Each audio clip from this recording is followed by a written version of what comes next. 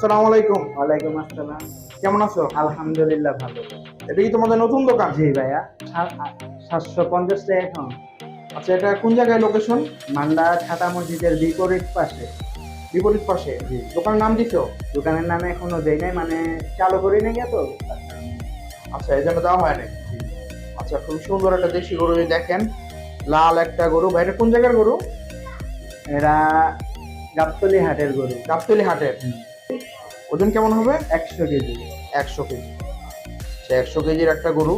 তো ভাইদের নিজেদের দোকান নাকি? হ্যাঁ, আমাদের নিজের। নিজেদের দোকান। তো এই দোকানটার নাম কি দিছো? এরা ইয়াসিন গোস্ত বিতান। 019 019 59 59 220 220 997। 997। আচ্ছা,